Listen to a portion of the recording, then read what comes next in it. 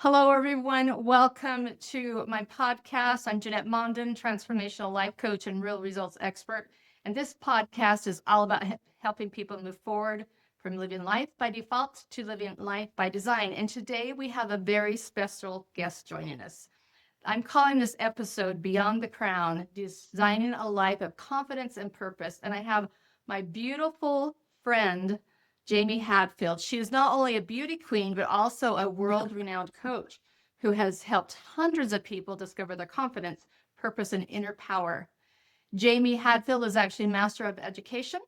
She's an award-winning pageant coach with over 20 years of experience, best known for coaching Miss Universe 2022, Arbany Gabriel. She's a two-time Best Coach winner of the Global Beauty Awards 2024 and 25 and was named a top 10 pageant coach by Pageant Planet.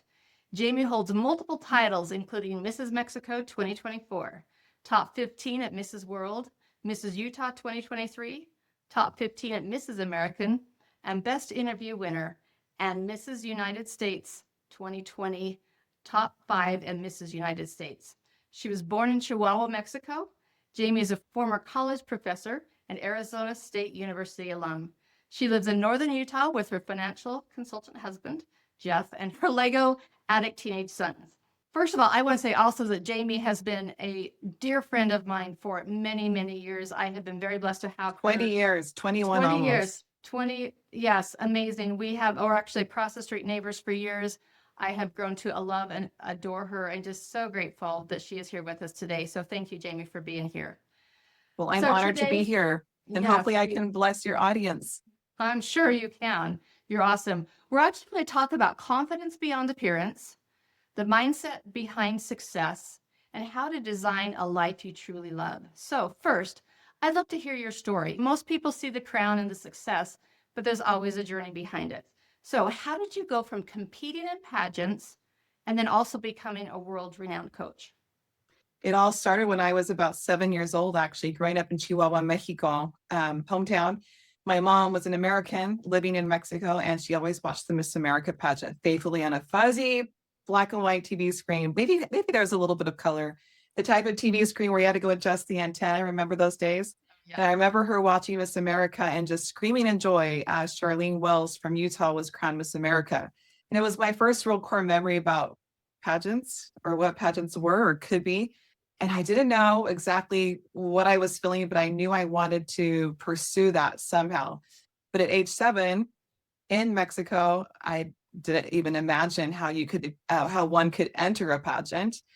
But that impression of watching Charlene Wells do her, there she is, Miss America, the classic song, and they gave her the red roses with the staff in it. It just impacted me. And my mom didn't even realize, but her reaction was impactful to me too. I realized it was a big deal. Somehow, somewhere, I was going to figure it out. Fast forward, I was 15 years old and I was out in El Paso, Texas, and the American border city that we visited often to go to the doctor or to Walmart.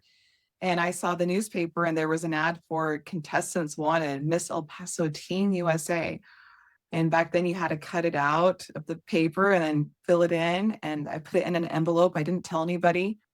And I put that stamp on it and put it in the mail and walked away, literally. And we went back into Mexico. And a month later, we were back in El Paso, Texas. And there was the mail. And my mom said, "What is this?" And it was my acceptance for Miss El Paso Teen USA. I thought I was so special. I thought they were only taking selected girls. I realize now they want everybody to compete because that's how the pageant directors pay their bills, is by contestant signups and registration fees. But my mom and I talked it over, and she was probably overwhelmed with where do we start? And it wasn't something typical that people did in my hometown. You got education up to the preparatoria age, which would be high school level for Americans. And then you went on to college and you traditionally got married young. You didn't do stuff like that on stage, for lack of better phrases. So my mom and dad supported me, did my first teen pageant, loved it. Out of 54 girls, just in a city level pageant, because it's Texas, I placed second runner up wearing a $30 hunter green prom dress with poofy sleeves, and it had like a lace doily here up front. And I fell in love. And I kept competing. And as pageant girls, we don't just do one pageant, we do multiples. Look at it very similarly to how people maybe run marathons or do 5Ks, or my nephew does CrossFit competitions. He signs up for a new one often. So that's what pageant girls do. It's not a one and done for us. And the pageant bug stayed in my heart. Then it's even more so then. And I just kept competing. I'd be runner up. I'd win a few titles. And then I kind of aged out of the Miss USA pageant. Back then they had an age cap at 26. Got married. That's where I met you, and became a full-time mom and thought pageants were done. But I started coaching girls here and there, local pageants, little city pageants, but I was always involved coaching wise. I feel like I've always been blessed to have an eye to know what they need to do and an ear to know what they need to say to be competitive. I always liken it to Tom Brady's football quarterback coach, actually. Tom Brady's quarterback coach has never played in the NFL that I know of, but he can sure tell Tom Brady what to do to be an amazing quarterback. So people are blessed with an eye and an ear, although they might physically not be able to do, so to speak, a Miss Universe level competition. I had a devastating IVF loss in my early 40s, and my husband said, why don't you take pageant coaching to a full-time thing? And I thought, okay. So I started the grind to really push my business out full time. And now I've been very successful to have coached thousands of girls. And as you mentioned, one of my clients won the Miss Universe pageant in 2022. So in a nutshell, I did not take my advice and get to the point, but that was my story in a nutshell, if I could make it in a nutshell. I love that. So did you always feel confident growing up? I mean, here you are, beautiful, the pageants, all the things. Oh, Did you you're always too feel kind. confident? Normal, like everybody, had insecurities, wanted to be taller in the pageant world. If you're over 5'4", I'm 5'4", you have a little bit more success. They like the long-legged beauties, and I'm not one of those. So I always say I did really great in the Miss USA pageant system for being a shorter girl. I had the interview skills to do a good job to make up for where I lacked in height. So I had the lacks of confidence when it came to being shorter than other girls. 5'4" is short, but in the pageant world, that's considered one of the shorter contestants. And so I had insecurities of where do I fit in with friends. But the main thing that I think helped me with my confidence is remembering that confidence comes from going through hard things. And it's actually less so the pats on the back, like, oh, you're beautiful, you're wonderful, you're smart. We need to hear compliments. We need to actually also give people those compliments when we feel them and see them. But true confidence actually just comes from going through a hard knock and coming out on the other side with a lesson, a life lesson usually that you learn from. And it's a lesson you can take on to help other people. So I learned early on, and I could feel it in my heart, that confidence didn't just come from how many boys liked me or if I was pretty or I won my pageant. It was actually the losses and the hard times where I developed a lot more confidence. I love that. Yeah, people assume that confidence just comes naturally for those who are on the stage and all these things. We look at it and see, oh my gosh, they're so beautiful. They have it all together. But as you said, confidence comes through the hard knocks. It's something we absolutely have to develop. And usually on stage, we're just kind of faking it until we make it. Like, I'm going to pretend to be confident, and you might be having 100 thoughts in your head, but you just do it anyway. And that sounds like we're being fake in a way, like, oh, we just fake it till we make it. It's not so much that we're faking it, it's that I'm just going to do this hard thing, even though I'm uncomfortable, and I'm going to make myself do it. I'm going to fake that I'm okay and just do it anyway, because then after the fact, then more confidence comes. I heard a beautiful saying, instead of, because I did the fake it till you make it also, but he said, be it till you see it. And I like that even better. That's a whole elevated version. Yeah, fake it till you make it is kind of an imposter syndrome still, but be it till you see True. it. You just kind of have that thing. And I love that. I love that. I'm going to start adding that to my phrase that I mention Oh, often. Be it love until that. you Yeah. see it. It was actually one of my coaches, Coach Matt Bogg, who brought that to my attention, because I was saying, fake it till you make it. He's like, no, how about be it till you see it? I'm like, oh, that's it. That's it. I love it. So one thing I think people struggle with is separating appearance from their identity. We live in a world where appearance is highly visible. So what have you learned about real confidence versus external validation? You kind of touched on that a little bit. What are some thoughts? external validation is what I mentioned, where it's the compliments. You're so cute. You're so pretty. I love your outfit. And again, we need to hear those things. Those are important. But the internal confidence and beauty is, I go back to my mom's quote. She always told me growing up, pretty is as pretty does. And sometimes I'd say, what is that supposed to mean anyway? The older I've gotten, I've realized, I'll use this example of a girl I met, gorgeous, beautiful, just had it all together. And the minute she opened her mouth, she just dropped the most disgusting, horrible curse words every other phrase. And it kind of threw me off guard, because I saw this beauty as this lady. Mm-hmm. And for me, a lady is poised. She controls her behavior, her temper. She doesn't gossip. She's not perfect, but she tries to be more ladylike. And as this young woman, as beautiful as can be, dropped all this terrible language, I realized my mom's words. She's pretty is as she's not pretty does. And so you might be as amazing as can be on the exterior, have all those accolades, but you can open your mouth and remove that visual aid from people. They might not view you that way anymore. If you are always really, really negative or a Debbie Downer, and we all have days where we need to vent and we need to be a Debbie Downer, but the day after day that wears on people's emotions because we're kind of negative, when we use bad language, I really don't think there's any need for example, the F word. And I'm kind of alone on an island when I hear that that's a common word people use. But to be perceived beautiful, you need to also watch your actions, watch your words, be genuine. Those are all things that can get rid of the external beauty. Kind of like the visual of the one show, Shallow Hal. Yeah. Not my favorite movie, but this character he gets gifted with the ability to see people on their inside. And so he's dating people that he wouldn't normally date because he can see their insides. Kind of an interesting concept. It's a show I think you should watch at least once to kind of get you thinking that pretty is as pretty does, or ugly is as ugly does. Maybe I should flip flop that. Yeah. I've always said sometimes you can see beautiful people, but as soon as you get to know them or they open their mouth, that goes. Or you can see people who may not have that right away, but they become more beautiful the more you get to know them because their beautiful personality just shines through and you just get to know this beautiful soul. And they do become absolutely gorgeous in your eyes because it's like, oh my gosh, they're beautiful on the inside too. Like you said, I feel like the spirit kind of shines through. I agree. The light of Christ, actually. Yeah, absolutely. You can see the light of Christ. You can feel it. You can see something in their eyes. It's a real thing, and it enhances everybody's beauty. Or if you don't have it, it doesn't help you be as attractive. Yeah. So what mistakes do you think people make sometimes trying to build their confidence? Like, how can someone begin to build confidence if they don't feel it they have it right now? What are some thoughts that way? I'll take a vain approach on this, actually, a different spin.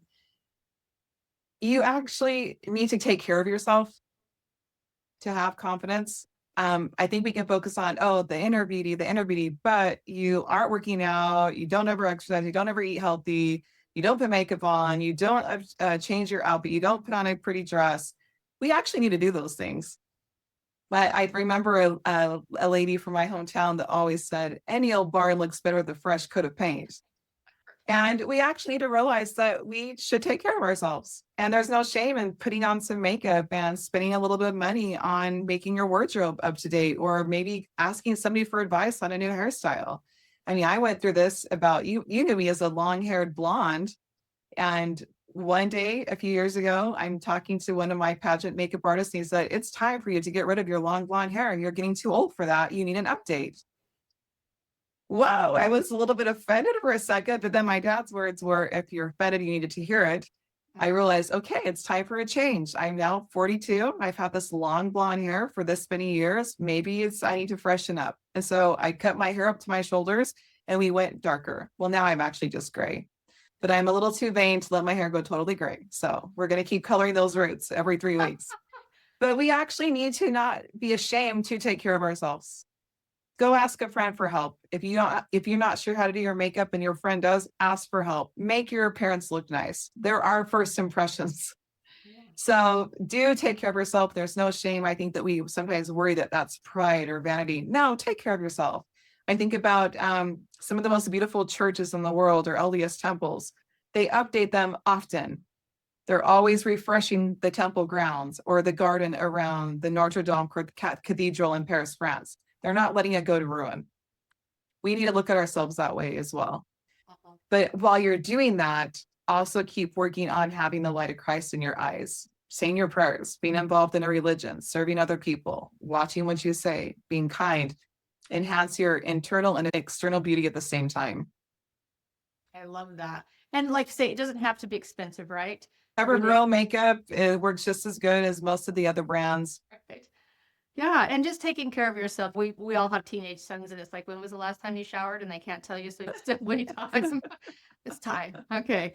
So confidence also isn't about perfection, is it? It's just about the best you can with what you have. And yet I always pray too that the inner beauty will shine through, and that whatever I lack, the inner spirit will shine through. And so I love that. So believing in your value, even when things aren't perfect, or you don't have the perfect body, or you don't have the perfect thing, it's just amazing what's just a little bit of taking care of ourselves, trimming up the hair, whatever, trimming the nails, whatever it is that you, it fits in And the budget. but there anyway. are beautiful people that have tenement insecurities and they also feel lonely. We just assume because the woman's beautiful that she has no trials.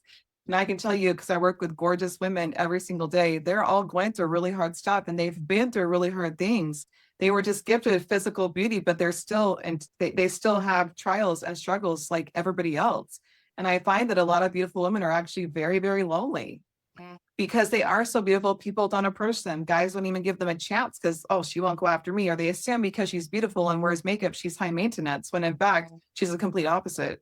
So don't ever assume that just because they look like they have it all together, that's not true. It is functioning as a hot mess. Everybody is a hot mess. They might not look like it, but trust me, they're struggling on the hot mess bus. To whatever hot mess it is, they're going through something. They have something. Nobody's life is cookie cutter perfect. Everybody is a hot mess in hiding. Right. Or some of us are very obvious. That about me.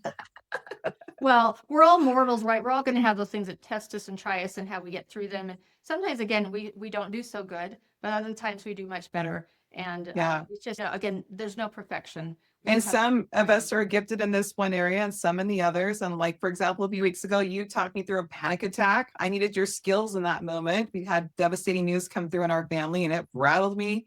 So you had a skill that I needed at that time and I was a hot mess.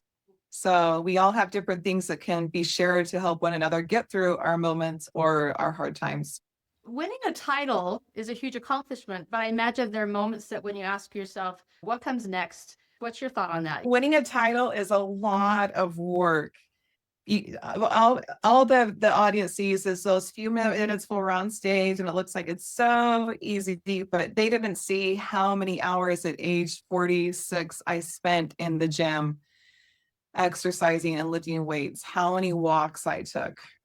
I mean, that's just one example. They didn't see that, oh, when she won the best interview award, I won best interview award at Mrs. Utah, the year I won Mrs. Utah. And you have to do really well the day before you're on stage because they put you in a room for 30 minutes with 5 different judges and they ask you anything. And you have to be very mentally sharp. When I won that award, nobody saw, except for my husband and my kids, they saw the 30 minutes to an hour every night that my husband and I would do mock interviews, him sitting across from me, drilling me and grilling me on questions. They didn't see all that hard work. They didn't see all the times that my husband said, I got to take this call, and my teenage son come and step in and him ask me questions, and how mentally hard and draining it became at times. And there were times they'd ask you questions where you're like, oh, I don't know how to answer this. And it's a lot of mental. So I won that award for being best in interview. It looks so easy. It was hours and hours of practice. And for 3 months straight before the year I won that award, 3 months, night after night, I worked on my interview, doing exercises to sharpen my brain, rehearsing some of my key stories, because interview is all about telling stories.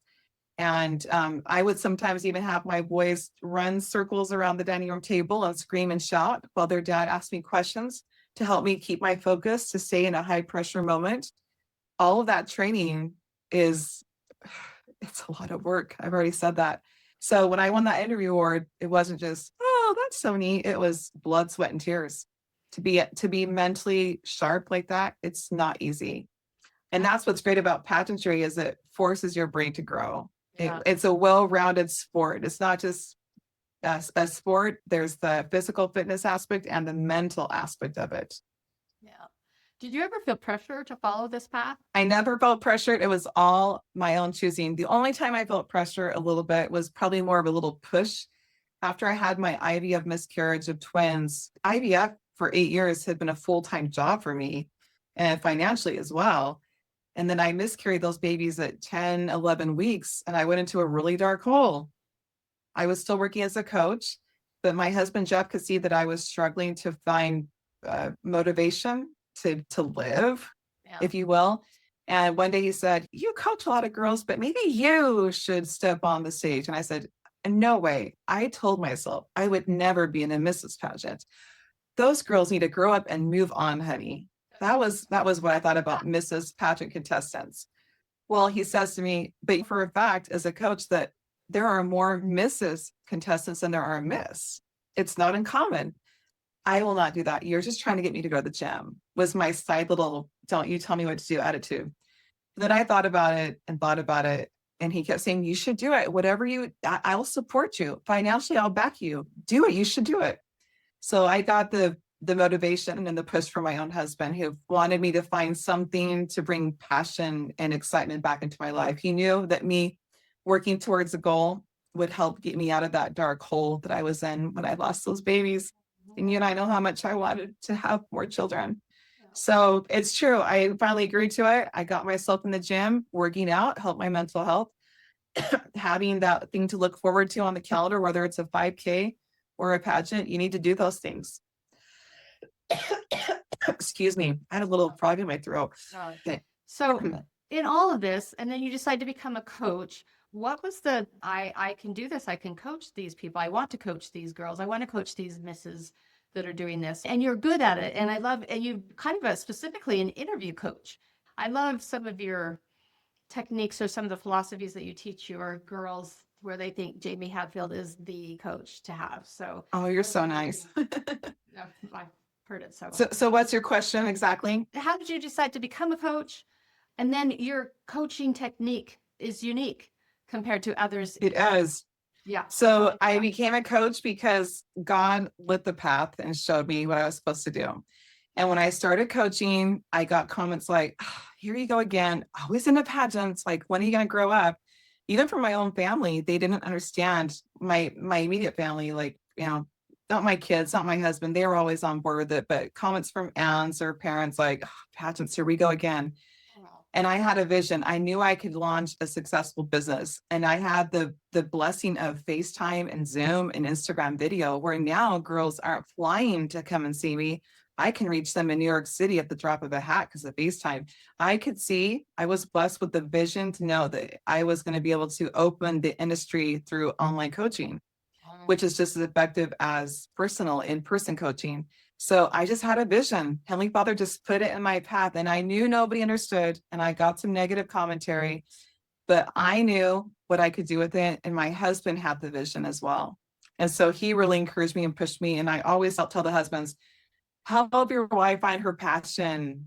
I have a lot of clients in Mrs. Pageantry where their husbands are real macho, as we say in Spanish, muy macho. And he doesn't like that she does pageants. He says, you should be satisfied being at home. I provide. Why are you doing that thing? They think it's going to take away from their home life. But I always say, listen, if she's getting the dishes clean and those kids are taken care of, why can she not for an hour a day go to the gym and work on herself? Or why cannot for 30 minutes a day, you help her improve her mind with interview skills? That's just going to make her a better person. She'll be a better spouse, a better mother. So support your women in her passions and ambitions. That's for the men. So I was already kind of coaching here and there. FaceTime opened up a whole big industry for me. And to answer the question about what are my techniques, I teach a lot of the same techniques that most of the well-known coaches teach, like the art of telling a story and how to tell the story in 30 to 40 seconds is real difficult to do, actually, but there's a skill set you need to learn. But I had a hair and makeup artist, very well known in the industry, one day doing my makeup, say, I was at Mrs. American. And he said, I know you, coach. You've had Albany, Miss Universe. You have so many successes. The girls all talk about you, but you're just different. What is it? And I kind of looked around because the hair and makeup room was very busy and everybody's kind of listening, like you're in, like in the hair salon. And I was not going to tell him the truth because I feared it might not be well received, but something told me to tell him the truth. And I said, well, it's because I teach my clients how to have the light of Christ. And I can still see him working on my face. Also, he went, whoa, that's not what I thought you were going to say. And he goes, wow, but that makes sense to me. And then he went back to my makeup. He goes, tell me more. So one thing that makes me different is the first thing my girls work on is we work on their spirituality. So we talk about spirituality where we work on skill sets to develop spirituality. For some of these girls, it's a new concept. I have a girl right now in the country of Jordan who doesn't believe in God. So she's working on spirituality by, for example, she went snorkeling and she said, I noticed the beautiful fishes that a higher being or energy created. Does that count? I said, yes, that counts. So just getting her to notice creations, for example, that's as basic as we go. If you will work on your spirituality first, everything else will fall into place. And the main thing is that if they will say their prayers, and I actually teach a lot of girls how to pray. They don't even know some basic skills about prayer. You'd be surprised how many people actually don't know much about prayer. I have them work on their scriptures, whether it's their daily manifestations or whatever that looks like to them. We start where they're at. And they have to usually check in with me about what they did to increase their spirituality that week. And we really boost that because when they walk into the interview room, I need them to have the light of Christ emanating through their eyes because the judges will naturally be drawn to them. Oh, there's something about her. Before she even opens her mouth, they can spot it. You can feel it. I just get goosebumps talking about it. And I take the light of Christ a different direction. We have some feel-good brain chemicals like serotonin, dopamine, oxytocin. Oxytocin is the chemical of connection. We connect with people. We do this all the time. We'll travel. Oh, where are you from? Think about how many times you hear that when you travel somewhere. Oh, I'm from Utah. What part? If I say Salt Lake City, oh, do you know so-and-so? Our soul is always trying to connect with people. And so the main goal in interview is to help build that instant connection with your judges, or if you're going to a job interview, build that instant connection with your interviewer. It might just be that you went to Arizona State University, my alma mater, and they go, oh my gosh, Arizona. Oh, I lived there when I was a little kid. That is a simple little connection. And when there's a simple little connection or a big connection, they naturally are drawn to you. They remember you. There's the oxytocin, the feel-good brain chemical. And I believe that oxytocin is the biological pathway through which the Holy Spirit enters the body.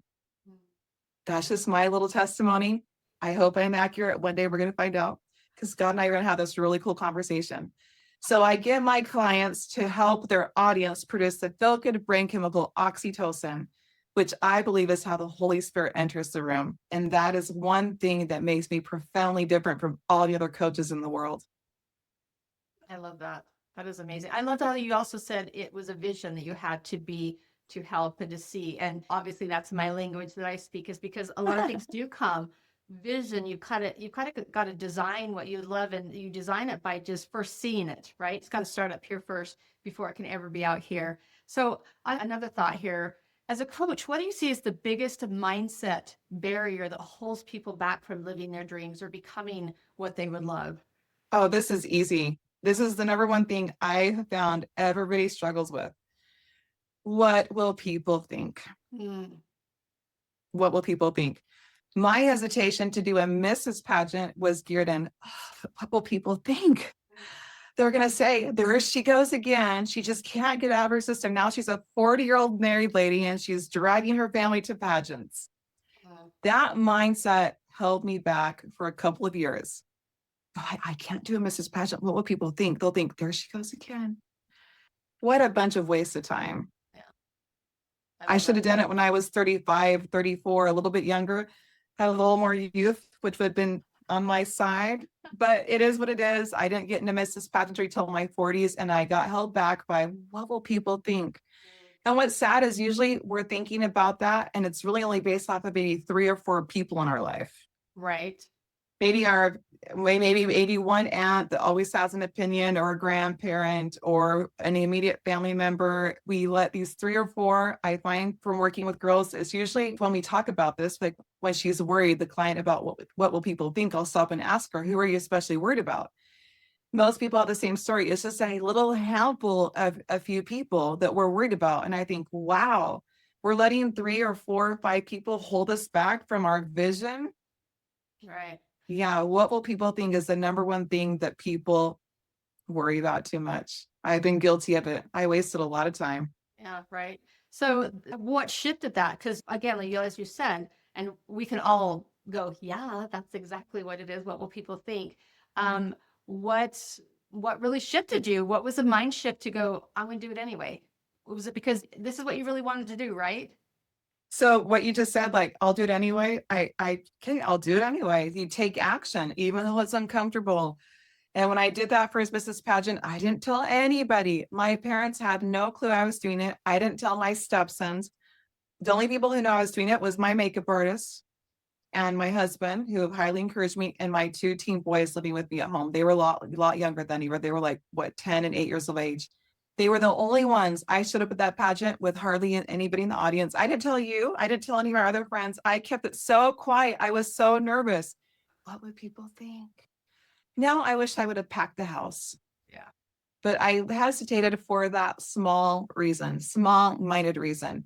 But I find that I'm not exclusive in that. Most girls, women, what will people think? And what helped me get over it was going back to age 7. And I stood there watching that buzzy TV screen as Charlene Wells had won Miss America from Utah. She was from Utah. Something in my heart was ignited, and it couldn't be coincidence. God put that passion in my heart. I didn't know what it meant. Was it me competing? Was it me just going to watch a pageant? That's kind of what I thought at the time. Is it me coaching? And when I analyzed that thought, like, God, you put that desire in me, nothing different than why does a 2-year-old boy all of a sudden just want a ball in his hands and he likes to watch basketball with his dad? That's something was put inside of that child, a passion. And so I had to always, when I had that fear of what will people think, go back to, but I knew at age 7. And I'm going to have faith that I'm here for a reason. And I know that I am. Right. And you truly went after what would you love? It was your dream, nobody else's dream. It And was that's what I my have- dream. Yeah. Nobody understood it. Nobody understands it to this day. I don't care, because I You know- am making money, a great salary, doing my passion. Right. How What you love. lucky am I? I cry and pinch myself, Janette. How lucky am I? I'm making Right. money doing my passion, my hobby. It's Right. work, but it's my hobby. Right. I'm so lucky. What if I'd sat back and not have listened to my husband encouraging me? No. What if I listened to the 3 or 4 people that said, "Oh, brother, you need to grow up and move on"? Pageants. I've heard it all. Oh, well, I I get to be love- paid to do my hobby. Yeah, I love that you went for it, because that's really what we should do. And when people disagree, it's like we have to go give some, like, it's not their dream, it is my dream. And I love that you went for it. It was your dream. You went And for you're it. and you're never too old. Maybe this will segue to your next question, but I was listening to a podcast where musician Shauna Edwards, she's pretty well known in the LDS community. She was asked, wow, you wrote your first song when you were 50 years old. What do you tell people who think it's too late for them in their own passion or hobby or life goal? And she said, my first question is, well, are you dead? And just the way she hit the nail on the head, well, are you dead? Yeah. She says, I wrote a song at age 50, my first one. Most people thought you're too old. The time has passed. You're not, you're alive. So you're never too late.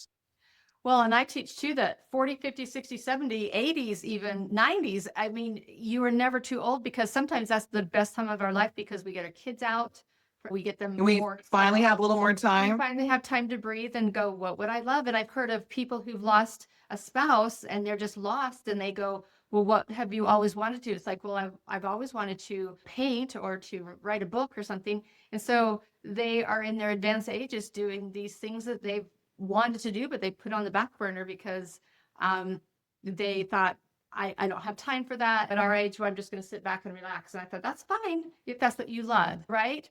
If that's what you love, that's awesome. But I think it's awesome that if we have that desire, and I love that you followed up on your vision, you knew it, you have it in your heart. And I love how the spirit works that way and just lets us know. So I'm going to give you a couple of, let's see here. Many of our listeners are women who feel like they want more from life, but they don't know where to start. What advice would you give them? Just start something. Anything. Just start something, because, and it might be, well, it's not my dream job, or I don't really love this hobby. I like it.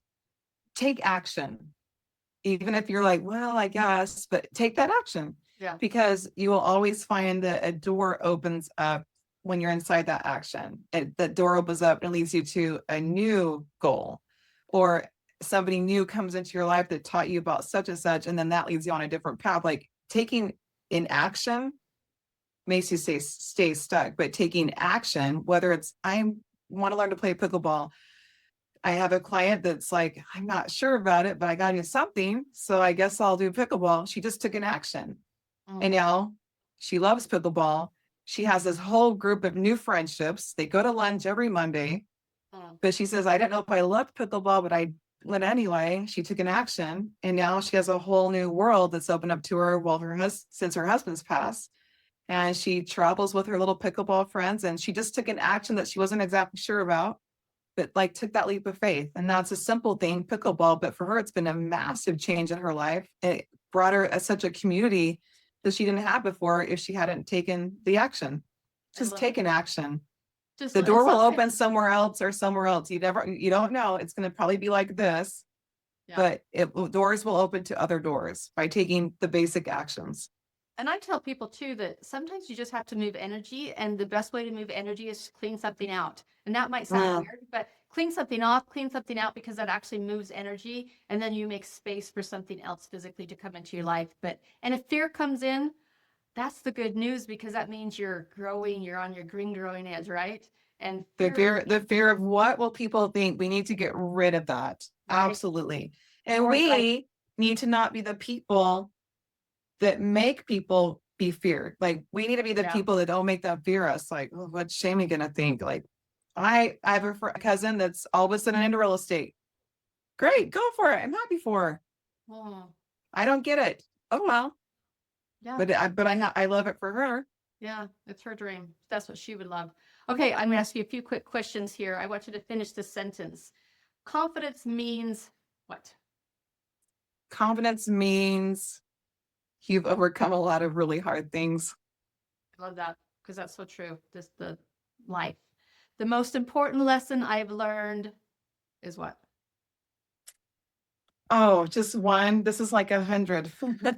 I know. I'm going to go back to the most important lesson I've learned is to stop worrying about what people think.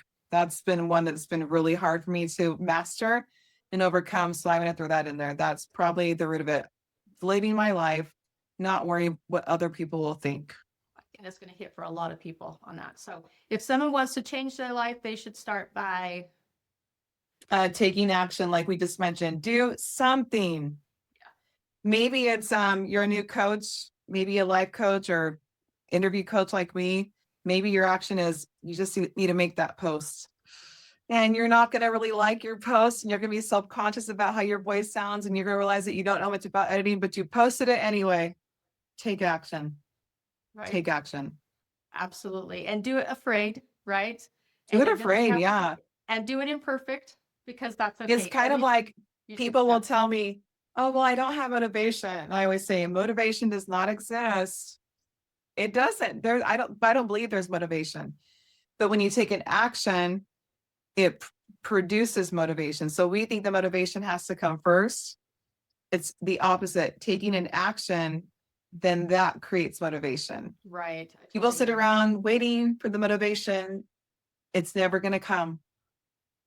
But if you take an action, even when you're uncomfortable or you're not sure or you're not real motivated, taking that action produces motivation. Right. I love that. And then the final question here is a beautiful life looks like what? A beautiful life looks like you get paid to do your hobby. I You love get that. paid to do your hobby. And with my hobby, though, getting paid, I'm surrounded by the people I love. My small, tight family and friends social circle that let me be me and let me do my hobby. And they think it's awesome. And I think their hobbies and their passions are awesome, even if I don't understand them. Right. And you surround yourself with people, like you said, who may not understand, but they support, right? And They're that's like, what you're great at, by the way. oh, thank you. You are very good at that. Well, I surround myself with good people. Well, me too. Which I'm so grateful for. Well, this conversation has been so inspiring. And so before we wrap up, where can people learn more about your work and what you do or just find you? My website, Jamie Hadfield, like you had a field and didn't plow it, jamiehadfield.com. And on all social media accounts, Coach Jamie, Jamie Hadfield, Hadfield. Find me on Instagram. I post tons and tons of free tips. People can use these tips for job interviews, career interviews, pageant interviews, or just life advice. I am that one coach in the worldwide industry that a lot of coaches do not like because I put all the information out there for free. And I actually got criticized from a fellow coach one time saying, "You're hurting our industry. Now they're not going to pay to come coach with us." And I said, "No, I believe the more you put out for free, the more you get in return." And that has been completely true in my life. I've been abundantly blessed with clientele, even though I put all the tips out there for free on social media. I love that. That's called the giver's gain. And that's exactly what ours teaches too. That some people say, don't give everything away. And it's like, nope, you give it out there and Give it all out there for free. well, it's the know, like, and trust too. They know you know your stuff. They like you and they can trust True. you. And Right. obviously each client, it becomes very individualized because you can't, each person's different. So when we do one-on-one coaching, it becomes very custom. Yeah. But on the internet, I put all the generalized tips out there for free that I can to bless my audience. Yeah. And I just want to say, I used you when our son needed some interview things for work. He was struggling with the interview and Jamie, oh, help. And you were so beautiful to make it in very layman's terms, very easy to understand so that that interview was not a scary thing. And I just really appreciate Well, it. I hope it went okay. Oh, absolutely. And so I just want to say, even if you're not in the pageant industry, oh my gosh, you have such a Interview vast tips are universal for whatever industry. I have a Absolutely. client in medical school and I am doing the same techniques for him that I would be doing for a pageant girl. We just gear it towards the medical industry, but the skill set and the technique is still the same, the power of the interview. And one of the skill sets is learning how to get your audience to make the feel good brain chemical oxytocin, even in the medical industry. Right. I love it. Well, They need it more than anybody. Yeah, right. Well, you've been such a powerhouse of a friend. I've looked at you and thought, gosh, if she can do this, this is amazing. Just watching you grow and really and going through your hard times that you had to go through. You've been there with me through a lot of my hard times. And just you found a passion that you absolutely loved and you just rocked it. And I just think for all of us who are looking and we're just like, okay, she did hard things. I can try. I can do hard things. You have truly been an inspiration for me to do hard things because we're all doing things as we get a little bit older. What's next? What would we love doing? And so I just appreciate. Yeah, I'm in the what's next phase right now. That's a whole other conversation. Like, what's next? I cannot do another pageant. I do need to end this sometime. Well, I just love what you do and that you've definitely surprised us at times and all of a sudden you win Mrs. Mexico and we're like, what? Was she even there? I did that on a whim. Oh my gosh. You did that on a whim. I didn't tell anybody. We were just out to lunch and all of a sudden the next thing we know you are winning Mrs. Mexico. We're like, what does this mean? What it win? So yeah, I love that. That was a crazy time. And that's the thing is we need to also remember that some of our goals and dreams, if we need to do them in silent, sometimes it's okay.